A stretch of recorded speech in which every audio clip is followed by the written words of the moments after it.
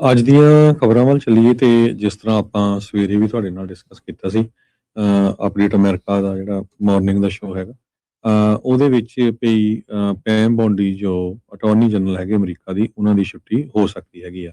ਹੁਣ ਇਹ ਕਹਿੰਦੇ ਕਨਫਰਮ ਹੋ ਗਿਆ ਵੀ ਪ੍ਰੈਜ਼ੀਡੈਂਟ ਨੇ ਜਿਹੜੀ ਫਰਸਟ੍ਰੇਸ਼ਨ ਬਹੁਤ ਸੀ ਉਹਨਾਂ ਦੀ ਪੈਮ ਬੋਂਡੀ ਦੇ ਨਾਲ ਤੇ ਉਹਨਾਂ ਦੀ ਜਿਹੜੀ ਛੁੱਟੀ ਆ ਕਰ ਦਿੱਤੀ ਗਈ ਹੈਗੀ ਆ।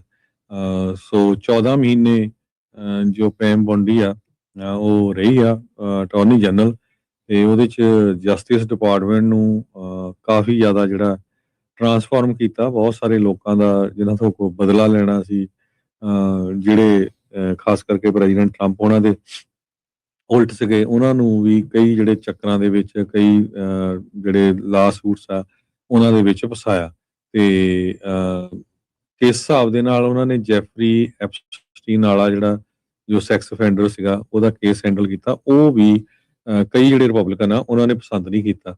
ਇਹ ਇੱਕ ਤਰ੍ਹਾਂ ਨਾਲ ਪੂਰਾ ਜਿਹੜਾ ਆ ਉਹ ਬਚਾਉਣ ਦੀ ਕੋਸ਼ਿਸ਼ ਕਰ ਰਹੀ ਹੈਗੀ ਆ। ਪ੍ਰੈਜ਼ੀਡੈਂਟ ਟਰੰਪ ਉਹਨਾਂ ਨੇ ਬੌਂਡੀ ਨੂੰ ਗ੍ਰੇਟ ਅਮਰੀਕਨ ਪੈਟਰੀਅਟ ਕਿਹਾ ਸੀ ਤੇ ਲਾਇਲ ਫਰੈਂਡ ਕਿਹਾ ਸੀ ਸੋਸ਼ਲ ਮੀਡੀਆ ਦੇ ਉੱਤੇ।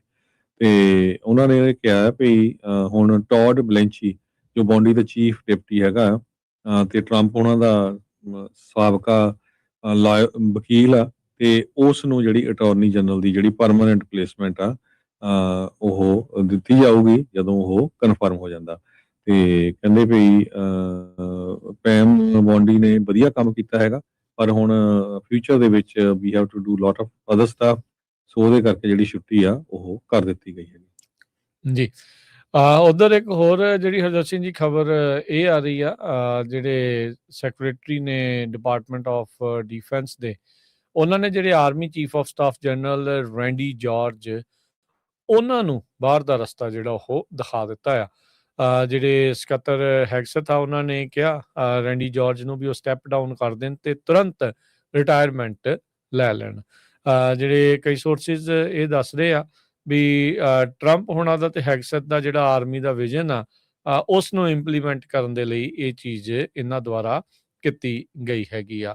41ਵੇਂ ਚੀਫ ਆਫ ਸਟਾਫ ਸੀਗੇ ਆਰਮੀ ਦੇ ਤੇ ਜਿਹੜੇ ਚੀਫ ਪੈਂਟਾਗਨ ਦੇ ਸਪੋਕਸਪਰਸਨ ਸ਼ੌਨ ਪਾਰਨਲ ਉਹਨਾਂ ਨੇ ਕਿਹਾ ਵੀ ਇਹ ਤੁਰੰਤ ਇਫੈਕਟਿਵ ਇਮੀਡੀਏਟਲੀ ਇਸ ਅਹੁਦੇ ਤੋਂ ਰਿਜ਼ਾਈਨ ਜਿਹੜਾ ਉਹ ਕਰ ਰਹੇ ਹੈਗੇ ਆ। ਦੋ ਹੋਰ ਆਰਮੀ ਦੇ ਅਧਿਕਾਰੀ ਆ ਉਹਨਾਂ ਨੂੰ ਇਹਨਾਂ ਦੇ ਅਹੁਦਿਆਂ ਤੋਂ ਲਾਹ ਦਿੱਤਾ ਗਿਆ ਹੈਗਾ ਆ।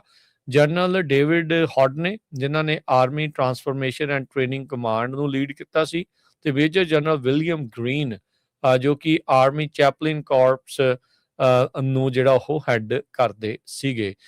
ਜਾਰਜ ਜਿਹੜੇ ਆ ਜਨਰਲ ਜਾਰਜ ਆ ਉਹਨਾਂ ਨੇ ਜਿਹੜੇ ਸੀਨੀਅਰ ਮਿਲਟਰੀ ਅਸਿਸਟੈਂਟ ਦੇ ਤੌਰ ਦੇ ਉੱਤੇ ਡਿਫੈਂਸ ਸਕੱਤਰ ਲਾਇਡ ਆਸਟਨ ਨੂੰ ਜਿਹੜਾ ਉਹ ਸਰਵ ਕੀਤਾ ਸੀ 2021 ਤੋਂ 2022 ਦੇ ਵਿੱਚ ਬਾਈਡਨ ਐਡਮਿਨਿਸਟ੍ਰੇਸ਼ਨ ਦੇ ਦੌਰਾਨ। ਇਹ ਕਰੀਅਰ ਇਨਫੈਂਟਰੀ ਅਫਸਰ ਜਿਹੜੇ ਉਹ ਰਹੀ ਆ ਵੈਸਟ ਪੁਆਇੰਟ ਦੇ ਗ੍ਰੈਜੂਏਟ ਆ। ਜਾਰਜ ਹੁਣਾਂ ਨੇ ਜਿਹੜੀ ਪਹਿਲੀ ਗਲਫ ਵਾਰ ਹੋਈ ਸੀ ਉਸ ਦੇ ਵਿੱਚ ਸਰਵ ਕੀਤਾ ਸੀਗਾ ਤੇ ਉਸ ਤੋਂ ਬਾਅਦ ਜਿਹੜੀ ਇਰਾਕ ਤੇ ਅਫਗਾਨਿਸਤਾਨ ਦੀ ਕੌਨਫਲਿਕਟ ਸੀ ਉੱਥੇ ਵੀ ਜਾ ਕੇ ਸਰਵ ਕਰਦੇ ਰਹੇ ਆ।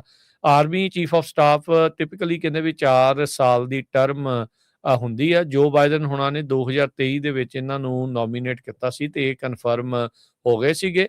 ਉੱਦਾਂ ਜੇ ਦੇਖਿਆ ਜਾਵੇ ਤਾਂ ਸਮੇਂ ਦੇ ਮੁਤਾਬਕ 2027 ਤੱਕ ਇਹਨਾਂ ਦੇ ਕੋਲ ਵਕਤ ਸੀਗਾ ਪਰ ਹੁਣ ਜਿਹੜੇ ਮੌਜੂਦਾ ਵਾਈਸ ਚੀਫ ਆਫ ਸਟਾਫ ਨੇ ਆਰਮੀ ਦੇ ਜਨਰਲ ਕ੍ਰਿਸਟੋਫਰ ਲਾਨੀਵ ਜਿਹੜੇ ਕਹਿੰਦੇ ਵੀ ਹੈਗਸਥ ਦੇ ਸਾਬਕਾ ਮਿਲਟਰੀ ਏਡ ਜਿਹੜੇ ਉਹ ਰਹੇ ਆ ਉਹਨਾਂ ਨੂੰ ਹੁਣ ਕਾਰਜਕਾਰੀ ਆਰਮੀ ਚੀਫ ਆਫ ਸਟਾਫ ਬਣਾ ਦਿੱਤਾ ਗਿਆ ਆ।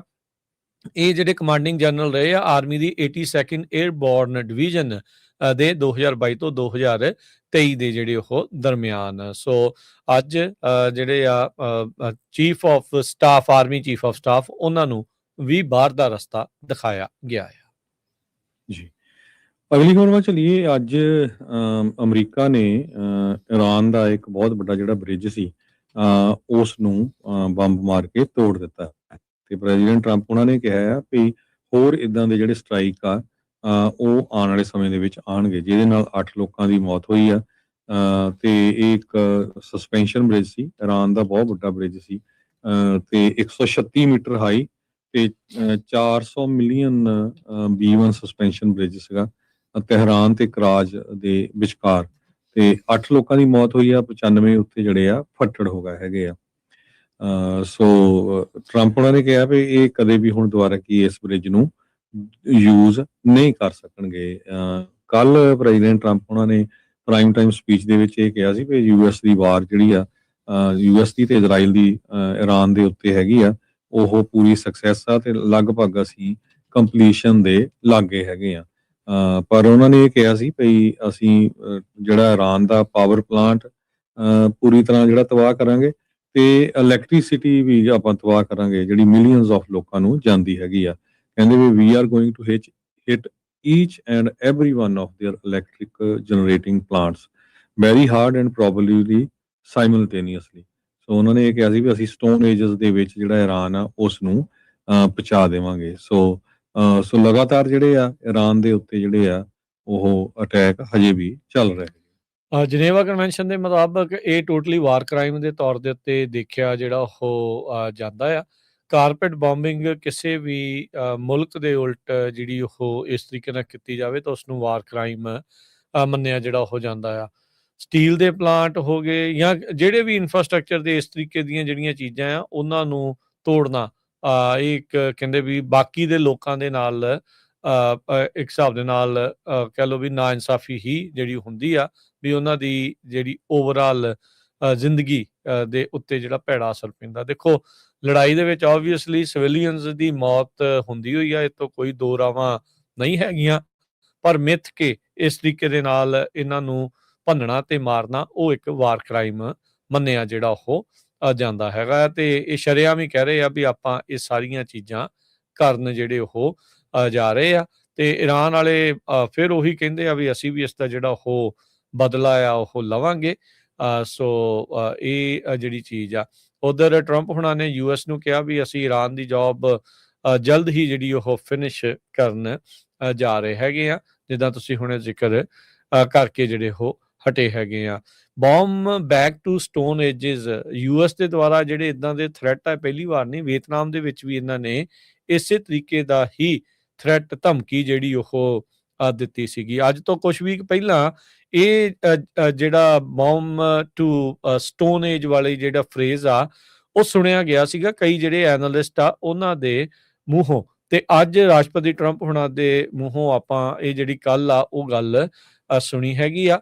ਸੋ ਕਹਿੰਦੇ ਵੀ ਅਗਲੇ 2-3 ਵੀਕ ਕਾਫੀ ਜ਼ਿਆਦਾ ਅਹਿਮ ਰਹਿਣ ਵਾਲੇ ਹੈਗੇ। 2000 ਤੋਂ ਵੱਧ ਇਰਾਨੀਅਨ ਆਲਰੇਡੀ ਜਿਹੜੇ ਇਸ ਦੇ ਵਿੱਚ ਮਰ ਚੁੱਕੇ ਆ। ਬ੍ਰਿਜ ਦੇ ਉੱਤੇ ਜਿਹੜੇ ਹੋਏ ਹਮਲੇ ਦੇ ਨਾਲ ਵੀ ਈਰਾਨ ਵਾਲੇ ਇਹ ਕਹਿ ਰਹੇ ਆ ਵੀ ਦਰਜਨ ਦੇ ਤਕਰੀਬਨ ਲੋਕਾਂ ਦੀ ਇਸ ਹਮਲੇ ਦੇ ਵਿੱਚ ਮੌਤ ਹੋਈ ਹੈਗੀ ਆ। ਤੇ ਉਧਰ ਹੁਣ ਈਰਾਨ ਵਾਲੇ ਕਹਿੰਦੇ ਆ ਵੀ ਅਸੀਂ ਵੀ ਜਿਹੜੀਆਂ ਯੂਐਸ ਬੈਕਡ ਜਿਹੜੀਆਂ ਕੰਪਨੀਜ਼ ਆ ਉੱਥੇ ਮਿਡਲ ਈਸਟ ਦੇ ਵਿੱਚ ਉਹਨਾਂ ਨੂੰ ਨਿਸ਼ਾਨਾ ਬਣਾ ਸਕਦੇ ਆ। ਇਸੇ ਤਰ੍ਹਾਂ 40 ਦੇ ਕਰੀਬ ਜਿਹੜੇ ਮੁਲਕ ਆ ਉਹਨਾਂ ਨੇ ਕੋਅਲੀਸ਼ਨ ਬਣਾਈ ਹੈਗੀ ਆ ਤਾਂ ਕਿ ਸਟੇਟ ਆਫ ਹਾਰਮੋਜ਼ ਨੂੰ ਖੋਲਿਆ ਜਾ ਸਕੇ। 40 ਕੰਟਰੀਆਂ ਦੇ ਵਿੱਚ ਜਿਹੜੀ ਲੀਡ ਆ ਉਹ ਇੰਗਲੈਂਡ ਵਾਲੇ ਲੈ ਰਹੇ ਹੈਗੇ ਆ।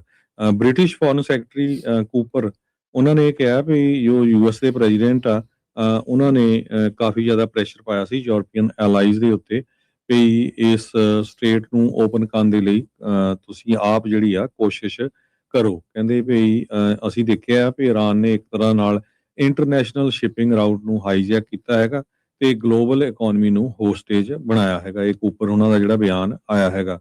ਸੋ ਕਹਿੰਦੇ ਵੀ ਮਲਟੀਨੈਸ਼ਨਲ ਕੋਅਲੀਸ਼ਨ ਇਹ ਬਣ ਜਾ ਰਹੀ ਆ ਜੋ ਕਿ ਕਲੈਕਟਿਵਲੀ ਡਿਪਲੋਮੈਟਿਕ ਤੇ ਇਕਨੋਮਿਕ ਟੂਲਸ ਨੂੰ ਯੂਜ਼ ਕਰੂਗੀ ਈਰਾਨ ਦੇ ਨਾਲ ਗੱਲਬਾਤ ਕਰਨ ਲਈ ਤਾਂ ਕਿ ਜਿਹੜਾ ਆ ਉੱਥੋਂ ਸਾਰੇ ਜਿਹੜੇ ਸ਼ਿਪ ਆ ਉਹ ਨਗਾਏ ਜਾ ਸਕਣ।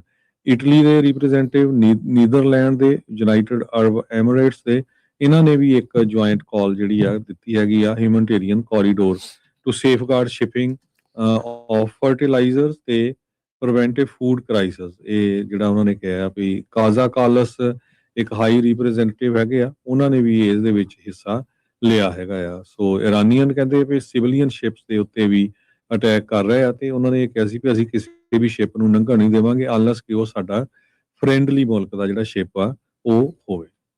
ਜੀ ਇੱਕ ਹੋਰ ਅੱਜ NBC ਨਿਊਜ਼ ਵਾਲੇ ਰਿਪੋਰਟ ਕਰ ਰਹੇ ਕਹਿੰਦੇ ਵੀ ਡਿਫੈਂਸ ਦੇ ਸਕੱਤਰ ਹੈਗਸੈਟ ਆ ਉਹਨਾਂ ਨੇ ਮਿਲਟਰੀ ਪ੍ਰਮੋਸ਼ਨਸ ਦੇ ਵਿੱਚ ਵੀ ਆਪਣੀ ਲੱਤ ਜਿਹੜੀ ਉਹ ਅੜਾਈ ਹੈਗੀ ਆ। ਐਨਬੀਸੀ ਨਿਊਜ਼ ਵਾਲੇ ਇਹ ਕਹਿ ਰਹੇ ਆ ਵੀ ਕਹਿੰਦੇ ਵੀ ਹੈਗਸਤ ਸਕੱਤਰ ਹੈਗਸਤ ਆ ਉਹਨਾਂ ਨੇ 1 ਦਰਜਨ ਤੋਂ ਵੱਧ ਕਾਲੇ ਮੂਲ ਦੇ ਅਫਸਰ ਤੇ ਜਿਹੜੀ ਔਰਤ ਮਹਿਲਾ ਜਿਹੜੀਆਂ ਅਫਸਰਾਂ ਆ ਸੀਨੀਅਰ ਅਫਸਰ ਚਾਰੇ ਬ੍ਰਾਂਚਿਸ ਦੇ ਵਿੱਚ ਮਿਲਟਰੀ 'ਚ ਉਹਨਾਂ ਨੂੰ ਟਾਰਗੇਟ ਕੀਤਾ ਰੇਸ ਜੈਂਡਰ ਤੇ ਜਿਹੜੀ ਅਫੀਲੀਏਸ਼ਨ ਦੇ ਹਿਸਾਬ ਦੇ ਨਾਲ ਵੀ ਉਹ ਐਡਮਿਨਿਸਟ੍ਰੇਟਿਵ ਪਾਲਿਸੀਜ਼ ਬਾਈਡਨ ਵਾਲੀਆਂ ਦੇ ਨਾਲ ਜੁੜੇ ਹੋਏ ਆ ਵੀ ਉਹਨਾਂ ਦੀ ਜਿਹੜੀ ਪ੍ਰਮੋਸ਼ਨ ਆ ਉਹ ਰੋਕ ਕੇ ਰੱਖੀ ਆ ਆਈਦਰ ਬਲੌਕ ਕੀਤੀ ਹੋਈ ਆ ਤੇ ਜਾਂ ਉਹਨਾਂ ਨੇ ਡਿਲੇ ਕੀਤੀ ਆ। ਸੋ ਸਿੱਧੀ ਬਦਲਾਖੋਰੀ ਦੀ ਜਿਹੜੀ ਨੀਤੀ ਆ ਉਹ ਸਾਡੇ ਡਿਫੈਂਸ ਸਕੱਤਰ ਦੇ ਵੱਲੋਂ ਚੱਲ ਰਹੀ ਆ। 9 ਯੂਐਸ ਦੇ ਅਧਿਕਾਰੀ ਇਸ ਪ੍ਰੋਸੈਸ ਦੇ ਨਾਲ ਜਿਹੜੇ ਜੁੜੇ ਆ ਉਹਨਾਂ ਨੇ ਐਨਬੀਸੀ ਨੂੰ ਇਹ ਚੀਜ਼ ਦੱਸੀ ਹੈਗੀ ਆ। ਆਰਮੀ, 에ਅਰ ਫੋਰਸ, ਨੇਵੀ ਤੇ ਮਰੀਨਸ ਉਹ ਇਸ ਤਰੀਕੇ ਦੇ ਨਾਲ ਜਿਹੜਾ ਉਹ ਉੱਥੇ ਹੋਇਆ। ਕਹਿੰਦੇ ਵੀ ਉਹਨਾਂ ਦਾ ਸਟਰਕਚਰ ਇਸ ਤਰੀਕੇ ਨਾਲ ਕੀਤਾ ਗਿਆ ਵੀ ਜਿਹੜੇ ਮੋਸਟ ਕੁਆਲੀਫਾਈਡ ਅਫਸਰ ਨੇ ਉਹਨਾਂ ਦੀ ਪ੍ਰਮੋਸ਼ਨ ਜਿਹੜੀ ਹੋਵੇ, ਪਰ ਹੈਗਸਥ ਦੀ ਡਿਸੀਜਨ ਦੇ ਚੱਲ ਕੇ ਇਹ ਜਿਹੜੇ ਪ੍ਰੋਸੈਸ ਦੇ ਵਿੱਚ ਵਿਘਨ ਪਿਆ ਆ। ਕੱਲ ਜਿਹੜੇ ਪੀਟ ਹੈਗਸਥ ਦੇਖੋ ਵੀ ਕਿੱਡੀਆਂ ਆਰਮੀ ਦੀਆਂ ਜਿਹੜੇ ਪ੍ਰੋਸੈਸਿਸ ਆ ਉਹਨਾਂ ਵਿੱਚ ਕਿਸ ਤਰੀਕੇ ਨਾਲ ਲੱਤ ਫਸਾ ਰਹੇ ਆ। ਕਿਡ ਰੌਕ ਜਿਹੜਾ ਇਹਨਾਂ ਦਾ ਖਾਸਮ ਖਾਸ ਆ ਟਰੰਪ ਹੋਣਾ ਦਾ, ਉਹਦੇ ਘਰ ਦੇ ਬਾਹਰ 2 ਅਪਾਚੀ ਜਿਹੜੇ ਹੈਲੀਕਾਪਟਰ ਆ ਉਹ ਸਲੂਟ ਮਾਰਨ ਲਈ ਪਹੁੰਚ ਗਏ ਸੀਗੇ ਥੋੜੇ ਦਿਨ ਪਹਿਲਾਂ, ਤੇ ਇਹਨੇ ਟਵੀਟ ਕਰਤਾ ਸੀ ਅਕਸਰ ਨੇ ਵੀ ਕੋਈ ਇਹਨਾਂ ਦੀ ਸਸਪੈਂਸ਼ਨ ਨਹੀਂ, ਸਭ ਕੁਝ ਸਭ ਬਹਾਲ ਆ ਤੇ ਪੈਟਰੀਅਟਸ ਇਦਾਂ ਹੀ ਜਿਹੜਾ ਉਹ ਕਰਦੇ ਆ। ਹੁਣ ਤੁਸੀਂ ਇਹ ਹਿਸਾਬ ਲਾ ਲਓ ਹਰਜੋਤ ਸਿੰਘ ਜੀ, ਕੱਲ ਨੂੰ ਤਾਂ ਸੱਤਾ ਚੋਂ ਕਿਸੇ ਨਾ ਕਿਸੇ ਨੇ ਤਾਂ ਬਦਲ ਹੀ ਜਾਣਾ ਆ, ਤੇ ਜਦੋਂ ਅਗਲਿਆਂ ਨੇ ਆ ਕੇ ਵੀ ਫਿਰ ਇਦਾਂ ਕੀਤਾ, ਉਦੋਂ ਸਕੱਤਰ ਨੇ ਕਿਸੇ ਨੇ ਇਦਾਂ ਕੀਤਾ, ਫਿਰ ਇਹਨਾਂ ਨੇ ਹਾਹਾਕਾਰ ਬਚਾ ਦੇਣੀ ਵੀ ਹਾਏ ਆਹ ਕੀ ਕਰਤਾ, ਇਦਾਂ ਕਿਉਂ ਕਰਦੇ ਆ। ਸੋ ਇਹ ਜਿਹੜੀ ਸਿਚੁਏਸ਼ਨ ਇਹਨਾਂ ਨੇ ਆਰਮੀ ਤੱਕ ਨੂੰ ਵੀ ਆਪਣੀ ਜਿਹੜੀ ਇੱਕ ਖਿਡੌਣੇ ਵਾਂਗੂ ਬਣਾ ਕੇ ਜਿਹੜਾ ਉਹ ਰੱਖ ਲਿਆ। ਉਸ ਦੀ ਇੱਕ ਆਪਣਾ ਰੈਪੂਟੇਸ਼ਨ ਆ, ਉਸ ਦੇ ਆਪਣੇ ਇੱਕ ਪ੍ਰੋਸੈਸ ਆ, ਉਹਨਾਂ ਨੂੰ ਇਹਨਾਂ ਨੂੰ ਨਹੀਂ ਜਿਹੜਾ ਉਹ ਛੇੜਨਾ ਚਾਹੀਦਾ। ਰਿਪੋਰਟਿੰਗ ਤਾਂ ਇੱਥੋਂ ਤੱਕ ਵੀ ਆ ਰਹੀ ਆ, ਜਿਹੜੇ ਆਰਮੀ ਚੀਫ ਆਫ ਸਟਾਫ ਨੂੰ ਲਾਇਆ ਆ, ਕਾਰਨ ਉਸ ਦੇ ਪਿੱਛੇ ਇਹੀ ਦੱਸਿਆ ਜਾ ਰਿਹਾ ਆ ਵੀ ਕਹਿੰਦੇ ਵੀ ਟਰੰਪ ਨੂੰ ਉਹ ਫੁੱਲੀ ਜਿਹੜੇ ਆ ਉਹ ਅਫੀਲੀਏਟਡ ਨਹੀਂ ਸੀ। ਹੋ ਸਕਦਾ ਵੀ ਉਹ ਸਾਰੇ ਹੁਕਮਾਂ ਦੇ ਉੱਤੇ ਕੋਈ ਕਿੰਤੂ ਪਰੰਤੂ ਜਿਹੜੀ ਆ ਉਹ ਕਰਦੇ ਜਿਹੜੇ ਹੋਣ, ਇਸ ਲਈ army chief of staff general Randy George ਆ ਉਹਨਾਂ ਨੂੰ ਬਾਹਰ ਦਾ ਵੀ ਰਸਤਾ ਜਿਹੜਾ ਉਹ ਦਿਖਾਇਆ ਗਿਆ ਹੈਗਾ ਜੀ। ਯੂਨੀਵਰਸਿਟੀ ਦੀ ਪੁਲਿਸ ਨੇ ਇੱਕ ਬੰਦੇ ਨੂੰ ਅਰੈਸਟ ਕੀਤਾ ਜੋ ਕਿ 4 ਵੀਲਰ ਚੋਰੀ ਕਰਕੇ ਜਿਹੜਾ ਆ ਉਹ ਡਰਾਈਵ ਕਰ ਰਿਹਾ ਸੀ, ਤੇ ਉਹਦੇ ਵਿੱਚੋਂ ਜਿਹੜੀ ਆ ਡਰੱਗ ਆ ਉਹ ਵੀ ਮਿਲੀ ਹੈਗੀ ਆ। ਯੂਨੀਵਰਸਿਟੀ ਪੁਲਿਸ ਡਿਪਾਰਟਮੈਂਟ ਨੇ ਇਹ ਕਿਹਾ ਵੀ ਵੀਰਵਾਰ ਨੂੰ ਮਾਰਚ 26 ਨੂੰ ਜਦੋਂ ਉਹਨਾਂ ਦੇ ਮੋਟਰ ਆਫੀਸਰ ਨੇ ਆਬਜ਼ਰਵ ਕੀਤਾ ਵੀ ਇੱਕ ਰੈੱਡ 4 ਵੀਲਰ ਜੋ ਸਾਊਥ ਬਾਉਂਡ ਸਟਰ ਸਟਰੀਟ ਦੇ ਉੱਤੇ ਜਾ ਰਿਹਾ ਆ area of tea garden avenue, ਤੇ ਉੱਥੇ ਉਹਨਾਂ ਨੇ ਖੜਾ ਕੀਤਾ ਤੇ ਉਹ ਪਤਾ ਚੱਲਿਆ ਬਾਅਦ ਦੇ ਵਿੱਚ ਇਹ ਚੋਰੀ ਕੀਤਾ ਹੋਇਆ ਸੀ, ਤੇ ਉਹਦੇ ਵਿੱਚੋਂ ਜਿਹੜੀ ਡਰੱਗ ਆ ਉਹ ਵੀ ਨਿਕਲੀ ਹੈਗੀ ਆ। ਜਿਹੜਾ ਡਰਾਈਵਰ ਆ ਉਸ ਨੂੰ 38 ਸਾਲਾਂ ਦਾ ਕ੍ਰਿਸਟੋਫਰ ਗੋਲਡਨ ਜੋ ਯੂਨੀਵਰਸਿਟੀ ਦਾ ਰਹਿਣ ਵਾਲਾ ਆ ਉਹਦਾ ਨਾਂ ਜਿਹੜਾ ਦੱਸਿਆ ਗਿਆ ਹੈਗਾ ਆ। ਅਥਾਰਟੀਜ਼ ਨੇ ਕਿਹਾ ਆ ਵੀ ਆਫੀਸਰਸ ਏਬਲ ਸੀਗੇ, ਉਹਨਾਂ ਨੂੰ ਇੱਕਦਮ ਪਤਾ ਚੱਲ ਗਿਆ ਵੀ ਜਿਹੜਾ 4 ਵੀਲਰ ਆ ਇਹ ਮੈਗਵਿਲ ਤੋਂ ਚੋਰੀ ਕੀਤਾ ਗਿਆ ਹੈਗਾ, ਪਰ ਉਸ ਟਾਈਮ ਦੇ ਉੱਤੇ ਹਜੇ ਰਿਪੋਰਟ ਨਹੀਂ ਕੀਤਾ ਗਿਆ ਸੀ ਲਾ ਐਨਫੋਰਸਮੈਂਟ ਨੂੰ। ਮੇਬੀ ਜਿਹੜਾ ਮਾਲਕ ਹੋਊਗਾ ਉਹਨੂੰ ਨਾ ਉਸ ਟਾਈਮ ਦੇ ਉੱਤੇ ਪਤਾ ਹੋਵੇ। ਸੋ ਗੋਲਡਨ ਨੂੰ ਜਿਹੜਾ ਆ ਅਰੈਸਟ ਕੀਤਾ ਗਿਆ ਤੇ ਉਸ ਨੂੰ ਸਟਰ ਕਾਉਂਟੀ ਦੇ ਵਿੱਚ ਭੇਜਿਆ ਗਿਆ ਆ, ਤੇ ਉਹਦੇ ਉੱਤੇ drug related charges, possession of stolen vehicle ਤੇ ਟ੍ਰੈਫਿਕ ਵਾਇਓਲੇਸ਼ਨ ਦੇ ਜਿਹੜੇ ਚਾਰਜਸ ਆ ਉਹ ਲਾਏ ਗਏ ਹੈਗੇ ਜੀ। ਅਗਲੀ ਜਿਹੜੀ ਗੱਲ ਕਰੀਏ, CNN ਵਾਲੇ ਕਹਿੰਦੇ ਵੀ ਇਹ ਰਿਪੋਰਟ ਕਰ ਰਹੇ ਆ ਵੀ ਜਿਹੜੀ ਯੂਐਸ ਦੀ ਇੰਟੈਲੀਜੈਂਸ ਆ ਉਹਨਾਂ ਦੀ ਨਵੀਂ ਅਸੈਸਮੈਂਟ ਸਾਹਮਣੇ ਆਈ ਆ ਵੀ ਈਰਾਨ ਮਿਜ਼ਾਈਲ ਲਾਂਚਿੰਗ ਕੈਪੇਬਿਲਿਟੀ ਉਹਨਾਂ ਦੀ ਕਿੰਨੀ ਕੁ ਹੈਗੀ ਆ। ਪਿਛਲੇ 5 ਹਫ਼ਤਿਆਂ ਦੇ ਵਿੱਚ ਲਗਾਤਾਰ ਅਮਰੀਕਾ ਤੇ ਇਜ਼ਰਾਈਲ ਦੇ ਦੁਆਰਾ ਹਜ਼ਾਰਾਂ ਹੀ ਬੰਬ ਇਹਨਾਂ ਦੇ ਉੱਤੇ ਸੁੱਟੇ ਜਾਣ ਤੋਂ ਬਾਅਦ ਚ ਵੀ ਜਿਹੜਾ ਇਹ ਮੰਨਿਆ ਜਾ ਰਿਹਾ, ਯੂਐਸ ਦੀ ਇੰਟੈਲੀਜੈਂਸ ਇਹ ਅਸੈਸ ਕਰ ਰਹੀ ਆ ਵੀ ਈਰਾਨ ਦੇ ਕੋਲ ਅਜੇ ਵੀ ਅੱਧੀ ਕੁ ਕੈਪੇਬਿਲਿਟੀ ਬਾਕੀ ਆ, significant missile launching capability maintain ਕਰ ਰਹੇ ਆ। ਤੇ ਜਿਹੜੇ ਡਰੋਨਸ ਆ ਉਹ ਵੀ ਕਹਿੰਦੇ ਹਜ਼ਾਰਾਂ ਦੀ ਸੰਖਿਆ ਦੇ ਵਿੱਚ ਇਹਨਾਂ ਦੇ ਕੋਲ ਅਜੇ ਵੀ ਪਏ ਹੈਗੇ ਨੇ। ਸੋ ਜਿਹੜੇ ਈਰਾਨ ਦੇ ਬਾਬਤ ਆ ਜਿਹੜੀ ਇੰਟੈਲੀਜੈਂਸ ਯੂਐਸ ਦੀ ਇੰਟੈਲੀਜੈਂਸ ਏਜੰਸੀਜ਼ ਆ, ਤਕਰੀਬਨ 18 ਏਜੰਸੀਜ਼ ਦੇ ਸੁਮੇਲ ਦੇ ਨਾਲ ਜਿਹੜੀ ਯੂਐਸ ਦੀ ਇੰਟੈਲੀਜੈਂਸ ਦਾ ਓਵਰਆਲ ਅਪਰੈਟਿਸ ਜਿਹੜਾ ਉਹ ਚੱਲਦਾ ਆ, ਤੇ ਉਹਨਾਂ ਦੀ ਜਿਹੜੀ ਨਵੀਂ ਅਸੈਸਮੈਂਟ ਇਹ ਕਹਿ ਰਹੀ ਆ। ਕਹਿੰਦੇ ਵੀ ਕਈ ਲਾਂਚਰ ਨੋ ਡਾਊਟ ਇਨਐਕਸੈਸਿਬਲ ਉਹਨਾਂ ਦੇ ਹੈਗੇ ਆ, ਕਈ ਤਾਂ ਉਹਨਾਂ ਦੇ ਬੈਰੀਡ ਨੇ ਅੰਡਰਗਰਾਊਂਡ, ਜਿਹਦੇ ਨਾਲ ਸਟ੍ਰਾਈਕਸ ਕਰਨ ਦੇ ਬਾਵਜੂਦ ਵੀ ਉਹ ਡਿਸਟਰੋਏ ਇਹਨਾਂ ਦੇ ਕੋਲੋਂ ਨਹੀਂ ਹੋਏ ਹੈਗੇ। ਸੋ ਇਹ ਹੁਣ ਪਤਾ ਜਿਹੜਾ ਉਹ ਲੱਗ ਰਿਹਾ, ਕਹਿੰਦੇ ਵੀ ਰਫਲੀ 50% ਮੁਲਕ ਦੀ ਜਿਹੜੀ ਡਰੋਨ ਕੈਪੇਬਿਲਿਟੀ ਤੇ ਜਿਹੜੀ ਮਿਜ਼ਾਈਲ ਕੈਪੇਬਿਲਿਟੀ ਆ ਉਹ ਅਜੇ ਵੀ ਬਰਕਰਾਰ ਹੈਗੀ ਆ। ਸੋ ਹੁਣ ਦੇਖਦੇ ਹਾਂ ਆਉਣ ਵਾਲੇ ਸਮੇਂ ਦੇ ਵਿੱਚ ਹਰਜੋਤ ਸਿੰਘ ਜੀ ਕੀ ਬਣਦਾ ਆ। ਇਸੇ ਲਈ ਕਹਿੰਦੇ ਵੀ ਇਹ ਦੇਖਿਆ ਜਿਹੜਾ ਉਹ ਗਿਆ ਹੈ ਵੀ ਸਟ੍ਰੇਟ ਆਫ ਹਾਰਮੋਜ਼ ਦੇ ਵਿੱਚ ਜਿਹੜਾ ਸ਼ਿਪਿੰਗ ਦਾ ਟ੍ਰੈਫਿਕ ਆ ਇਸ ਦੇ ਉੱਤੇ ਈਰਾਨ ਵਾਲੇ ਇੱਕ ਹਿਸਾਬ ਦੇ ਨਾਲ ਆਪਣਾ ਕਬਜ਼ਾ ਹੀ ਕਰੀ ਬੈਠੇ ਹੈਗੇ ਆ। ਸੋ ਹੁਣ ਜੇ ਟਰੰਪ ਹੋਣੀ ਜਿੱਦਾਂ ਕਹਿੰਦੇ ਵੀ ਅਸੀਂ ਨਹੀਂ ਸਟ੍ਰੇਟ ਆਫ ਹਾਰਮੋਜ਼ ਨੂੰ ਖਲਵਾਉਣਾ, ਉਦਾਂ ਹੀ ਲੜਾਈ ਬੰਦ ਕਰਕੇ ਜਿਹੜੀ ਉਹ ਆ ਜਾਣੀ ਆ, ਸੋ ਤੁਸੀਂ ਈਰਾਨ ਦਾ ਕਬਜ਼ਾ ਪੱਕਿਆਂ ਕਰਕੇ ਉੱਥੇ ਜਿਹੜੇ ਉਹ ਆ ਜਾਓਗੇ। ਈਰਾਨ ਦੀ 에ਅਰ ਫੋਰਸ ਕਹਿੰਦੇ ਜੀ ਨਸ਼ਟ ਕਰਤੀ ਆ, ਨੇਵੀ ਜਿਹੜੀ ਨਸ਼ਟ ਕਰਤੀ ਉਹ ਤਾਂ ਪਹਿਲਾਂ ਹੀ ਨਾ ਮਾਤਰ ਸੀਗੀ, ਉਹਦਾ ਕਹਿਣ ਦੇ ਮੁਤਾਬਕ ਨਹੀਂ ਸੀ। 1970-80s ਦੇ ਵਿੱਚ ਅਮਰੀਕਾ ਦੇ ਦੁਆਰਾ ਹੀ ਇਹਨਾਂ ਦੀ ਜਿਹੜੀ ਸੋ ਕਾਲਡ 에ਅਰ ਫੋਰਸ ਆ ਉਹ ਬਣਾਈ ਗਈ ਸੀ। ਉਹ ਤਾਂ ਪਹਿਲਾਂ ਹੀ ਪਾਰਟਸ ਦੇ ਲਈ ਕਹਿ ਲਓ ਵੀ ਨਾ ਮਾਤਰ ਚੱਲਣ ਵਾਲੀ ਸੀ, ਉਹ ਉਹਨਾਂ ਨੇ ਖਤਮ ਕਰਤੀ ਆ ਤੇ ਨੇਵੀ ਵੀ ਬਸ ਕੁਛ ਉਸੇ ਤਰੀਕੇ ਦੀ ਹੀ ਜਿਹੜੀ ਉਹ ਸੀਗੀ। ਪਰ ਅਜੇ ਜਿਹੜੀ ਇਹਨਾਂ ਦੀ ਮਿਜ਼ਾਈਲ ਤੇ ਡਰੋਨ ਲਾਂਚਿੰਗ ਕੈਪੇਬਿਲਿਟੀ ਆ ਉਹਦੇ ਉੱਤੇ ਪੂਰੀ ਤਰ੍ਹਾਂ ਮਾਰ ਕਰਨ ਦੇ ਵਿੱਚ ਕਾਮਯਾਬ ਨਹੀਂ ਰਹੇ ਹੈਗੇ। ਯੂਐਸ ਨੇ ਬੁੱਧਵਾਰ ਤੱਕ 12,300 ਟਾਰਗੇਟ ਈਰਾਨ ਦੇ ਵਿੱਚ ਉਹਨਾਂ ਉੱਤੇ ਹਮਲਾ ਕੀਤਾ। ਯੂਐਸ ਸੈਂਟਰਲ ਕਮਾਂਡ ਦੇ ਇਹ ਅੰਕੜੇ ਸਾਹਮਣੇ ਆਏ ਆ। 15,000 ਤੋਂ ਵੱਧ ਜਿਹੜੇ ਟਾਰਗੇਟਸ ਆ ਉਹਨਾਂ ਉੱਤੇ ਇਜ਼ਰਾਈਲ ਨੇ ਹੁਣ ਤੱਕ ਹਮਲਾ ਜਿਹੜਾ ਉਹ ਕਰ ਚੁੱਕੇ ਹੈਗੇ ਆ। ਪਰ ਯੂਐਸ ਦੀ ਇੰਟੈਲੀਜੈਂਸ ਮੰਨਦੀ ਆ ਅਜੇ ਵੀ ਅੱਧੇ ਤੋਂ ਵੱਧ ਜਿਹੜੀ ਕੈਪੇਬਿਲਿਟੀ ਸਮਰੱਥਾ ਆ ਉਹ ਈਰਾਨ ਦੀ ਬਰਕਰਾਰ ਹੈਗੀ ਆ। ਅਗਲੀ ਖਬਰ ਵੱਲ ਚੱਲੀਏ ਜਿਹੜੀ ਫ੍ਰਿਜ਼ਨੋ ਤੋਂ ਆ ਰਹੀ ਹੈ। ਫ੍ਰਿਜ਼ਨੋ ਦੇ ਵਿੱਚ ਦੋ ਜਿਹੜੇ ਫ੍ਰਿਜ਼ਨੋ ਸਿਟੀ ਦੇ ਕੈਂਡੀਡੇਟ ਆ ਕੌਂਸਲ ਦੇ, ਉਹਨਾਂ ਨੇ ਕਹਿੰਦੇ ਸਭ ਤੋਂ ਜ਼ਿਆਦਾ ਜਿਹੜੇ ਕੈਂਪੇਨ ਫੰਡਸ ਆ ਉਹ ਇਕੱਠੇ ਕੀਤੇ ਆ ਜੋ ਜੂਨ ਦੇ ਵਿੱਚ ਪ੍ਰਾਇਮਰੀ ਹੋਣੀ ਹੈਗੀ ਆ। ਨੈਣਦੀਪ ਸਿੰਘ ਉਹਨਾਂ ਨੇ $1,38,000 ਇਕੱਠਾ ਕੀਤਾ ਹੈ ਜੋ ਕਿ ਡਿਸਟ੍ਰਿਕਟ 1 ਦੇ ਕੈਂਡੀਡੇਟ ਹੈਗੇ ਆ, ਤੇ ਡਿਸਟ੍ਰਿਕਟ 7 ਦੇ ਜਿਹੜੇ ਕੈਂਡੀਡੇਟ ਨਵ ਗੁਰਮ ਆ ਉਹਨਾਂ ਨੇ $1,29,000 ਜਿਹੜਾ ਇਕੱਠਾ ਕੀਤਾ ਹੈਗਾ। ਸੋ ਜਿੰਨੇ ਵੀ ਕੈਂਡੀਡੇਟ ਵੱਖ-ਵੱਖ ਡਿਸਟ੍ਰਿਕਟ ਦੇ ਵਿੱਚ ਹੈਗੇ ਆ, ਉਹਨਾਂ ਦੇ ਵਿੱਚੋਂ ਸਾਰਿਆਂ ਚੋਂ ਦੋਨੋਂ ਪੰਜਾਬੀਆਂ ਨੇ ਸਭ ਤੋਂ ਜ਼ਿਆਦਾ ਜਿਹੜੇ ਆ ਪੈਸੇ ਇਕੱਠੇ ਕੀਤੇ ਹੈਗੇ। ਜੀ ਬਿਲਕੁਲ। ਤੇ ਹਰਜੋਤ ਸਿੰਘ ਜੀ ਸਮਾਂ ਆਪਣੇ ਪ੍ਰੋਗਰਾਮ ਦਾ ਸਮਾਪਤਾ ਜਾਂਦੇ ਜੇ ਮਾਰਕੀਟਸ ਦੀ ਜੇ ਆਪਾਂ ਗੱਲ ਕਰਦੇ ਜਾਈਏ ਤਾਂ ਜਿਹੜਾ ਡਾਓ ਜੋਨ ਆ ਅੱਜ 61 ਪੁਆਇੰਟ ਘਟ ਕੇ 46,505 ਤੇ ਬੰਦ ਹੋਇਆ। S&P 7 ਪੁਆਇੰਟ ਵੱਧ ਕੇ 6583, ਨੈਸਡੈਕ 38 ਪੁਆਇੰਟ ਵੱਧ ਕੇ 21,880 ਤੇ ਬੰਦ ਹੋਇਆ। ਸੋਨੇ ਦਾ ਭਾਅ $4703 ਪ੍ਰਤੀ ਟਰੋਏ ਆਉਂਸ। ਕੱਚੇ ਤੇਲ ਦੀ ਕੀਮਤ US ਕਰੂਡ ਆਇਲ ਦੀ ਕੀਮਤ $112 ਪ੍ਰਤੀ ਬੈਰਲ ਰਹੀ। 10 ਈਅਰ ਯੀਲਡ 4.31%। ਕ੍ਰਿਪਟੋ ਕਰੰਸੀ 'ਚ ਬਿਟਕੋਇਨ 66,779 ਤੇ ਇਥੀਰੀਅਮ $2,052 ਦੇ ਬਰਾਬਰ ਚੱਲ ਰਿਹਾ ਆ। ਕਰੰਸੀ ਦੀ ਗੱਲ ਕਰਦੇ ਜਾਈਏ ਤੇ ਇੰਡੀਆ ਦੀ ਕਰੰਸੀ ਜਿਹੜੀ ਆ ਉਹ ਕਾਫੀ ਥੱਲੇ ਨੂੰ ਜਾ ਰਹੀ ਹੈ ਡਾਲਰ ਦੇ ਮੁਤਾਬਕ। ਤੇ ਅੱਜ ਇੱਕ ਬਲੂਮਬਰਗ ਨੇ ਆਰਟੀਕਲ ਵੀ ਲਿਖਿਆ, ਕਹਿੰਦਾ ਵੀ rupee at 100 will be a harsh check on India's ambitions. ਤੇ ਜੋ ਇੰਡੀਆ ਵਾਲੇ ਸੋਚ ਰਹੇ ਆ ਵੀ ਆਉਣ ਵਾਲੇ ਸਮੇਂ 'ਚ ਅਸੀਂ ਕਰਨ ਜਾ ਰਹੇ ਹਾਂ ਜਾਂ ਸੁਪਰ ਜਿਹੜੇ ਬਣ ਜਾ ਰਹੇ ਆ ਆਪਾਂ ਵਿਸ਼ਵ ਗੁਰੂ, ਉਹ ਲੱਗਦਾ ਨਹੀਂ ਜੇ ਜਿਹੜਾ ਰੁਪਈਆ ਆ ਉਹ $1 ਦੇ ਬਰਾਬਰ 100 ਰੁਪਈਆ ਹੋ ਗਿਆ। ਤੇ ਜੇ ਕਰੰਸੀ ਦੀ ਗੱਲ ਕਰਦੇ ਜਾਈਏ ਇੱਕ US ਡਾਲਰ ਦੇ ਬਰਾਬਰ ਜਿਹੜੇ ਆ ਕੈਨੇਡਾ ਦੇ $1 ਤੇ 39 ਸੈਂਟ ਰਹੇ ਆ, ਤੇ ਪਾਕਿਸਤਾਨ ਦੇ $279 ਤੇ 31 ਪੈਸੇ, ਤੇ ਇੰਡੀਆ ਦੇ $92 ਤੇ 95 ਪੈਸੇ। ਇੱਥੇ ਪ੍ਰੋਗਰਾਮ ਦੀ ਸਮਾਪਤੀ ਮੇਰੇ ਰਾਜਕਨਵੀਰ ਸਿੰਘ ਵੱਲੋਂ ਤੇ ਹਰਜੋਤ ਸਿੰਘ ਵੱਲੋਂ ਆਪ ਸਭ ਨੂੰ ਪਿਆਰ ਸਤਿਕਾਰ ਸਹਿ ਨਿੱਘੀ ਜਿਹੀ ਸਤਿ ਸ੍ਰੀ ਅਕਾਲ। ਜਿਉਂਦੇ ਵਾਸਤੇ ਰਹੋ, ਹੱਸਦੇ ਖੇਲਦੇ ਰਹੋ, ਸੁਣਦੇ ਰਹੋ, ਦੇਖਦੇ ਰਹੋ ਪੰਜਾਬੀ ਰੇਡੀਓ US।